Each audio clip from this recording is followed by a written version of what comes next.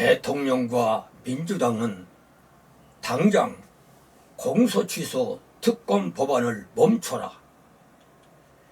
전북대학교 법학전문대학원 김용석 명예 교수는 민주당이 추진하려는 공소취소 특검 법안은 위헌성과 형사사법체계를 훼손하는 심각한 문제가 있다고 주장을 했다.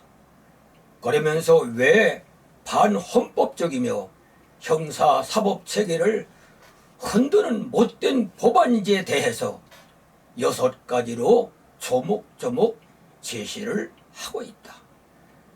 첫째는 특별법 제6조와 제8조는 사법권 침해의 위험성과 형사사법체계를 훼손할 위험성이 있다고 적시를 했다. 두 번째는 누구나 자기 사건의 재판관이 될 수 없다는 원칙 위반이라며 특검법 제3조를 예로 들었다. 세 번째는 평등 원칙에 위배되며 법 체계에 있어서 여러 요소가 서로 일치하거나 논리적으로 모순이 없는 상태인 정당한 합법의 전합성에 위배되는 특검법 제6조 제5항의 독소조항을 예로 들었다. 네 번째는 피고인 대통령에 대한 보고 의무와 특검의 독립성 침해에 해당하는 문제점을 특검법 제15조가 안고 있다고 지적을 하고 있다. 다섯 번째는 권력 분립 원칙 위배와 사생활의 비밀과 자유를 침해받는 문제점이 특검법 제13조 및 제14조 5항에 적시되어 있다고 지적을 했다. 여섯 번째는 공소취소 특검법안은 비교법적 관점에서 고찰을 하더라도 그 구조는 입법 역사에서 유래를 찾기 어렵다.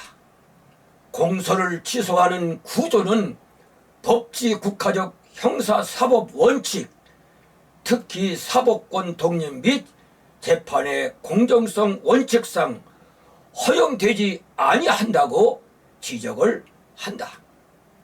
이런 문제점을 안고 있음에도 공소 취소 특검 법안에 대한 문제의 당사자인 대통령과 그리고 민주당은 입법 폭주는 물론 국민을 기만하려는 용인될 수 없는 독재적 발상을 포기하지 않으려는 입장을 계속 견지하고 있다. 또한 대통령이 자신에 대한 사법적 사건에 대해 자신이 관여하려 한다는 오해를 받고 있는 것은 국가적 불행이며 자신이 내세운 국민주권 정보라는 캐치프레이즈에 자신이 도전하려는 어이없는 행태를 보이고 있다는 오해 또한 피하기가 어렵다. 나는 김용석 교수가 지적한 6가지 문제점 중 특검법 제3조의 예를 들면서 누구나 자기 사건의 재판관이 될 수 없다는 평범한 진리에 대해서 이 사건의 피고인인 대통령의 소명을 간절히 듣고 싶다. 김 교수는 지적한다. 근대 법치주의의 핵심 원리는 누구도 자기 사건의 재판관이 될 수 없다는 것이며 이는 공정성과 문명적 사법제도의 기초라고 명시를 한다. 당사자인 대통령과 민주당은 이에 공개적으로 반론을 펴보라. 나는 김 교수의 냉정한 비판은 대한민국의 국가 원수여 행정수반인 대통령이 공정성과 사법 기초를 무너뜨리려는 행태를 보여서는 안 된다고 강력히 주장하는 것이라 생각이 된다. 김 교수는 설명한다. 특검법안 제3조에 따르면 특검 후보 3인 중 1명을 피고인인 대통령이 최종 임명하도록 설계되어 있다. 피고인인 대통령이 자신의 형사 사건에 대한 공소 유지 여부를 결정할 특검을 스스로 임명하는 구조는 수사 대상자가 자신을 수사할 책임을 임명하는 것과 다름이 없어 이 법원 즉 법의 원리나 법 생활의 특징과 법 원칙에 정면으로 위배된다고 지적을 했다.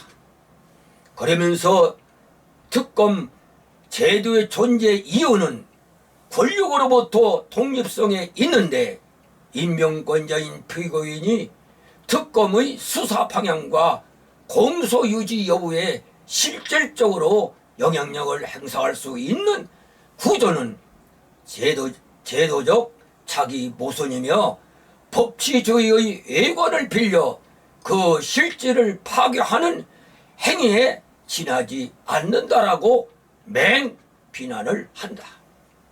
이에 대해 당사자인 대통령과 민주당은 반론을 제기하라. 김 교수는 비판한다. 이런 행태는 법리적 하자를 넘어 사법에 대한 국민의 신뢰를 입법적 수단으로 잠식하는 것으로 법치주의의 근간을 흔든다고 지적을 하고 있다. 역시 이에 대한 반론을 펴보라. 최근에 정치권에서 회자되는 정권은 영원하지 않다는 말이 떠오른다. 국민 앞에서 좀 더 겸손할 수는 없는가? 대통령은 국민의 심부름꾼인 공복이요, 국회의원은 국민들로부터 권력을 위임받은 수탁인이다. 더 이상 주인 행사를 하지 말라. 대통령과 민주당은 당장 공소 취소 특검 법안을 멈춰라. 그렇지 않으면 국민들의 저항을 피할 수 없을 것이다. 대통령과 민주당은 김용섭 교수의 청원에 귀를 기울여보라.